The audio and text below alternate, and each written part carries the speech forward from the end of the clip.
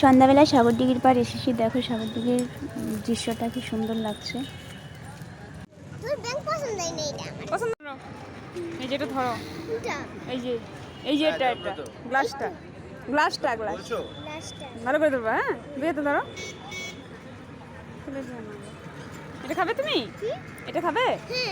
কিন্তু কাঠি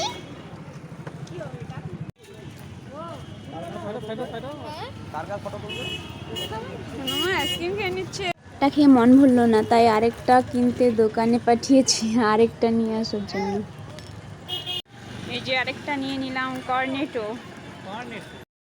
যেখানেই যাবো আইসক্রিম খাবো, শীত নেই গরম নেই, যখন খুশি যাবো আইসক্রিম খাবো। তাই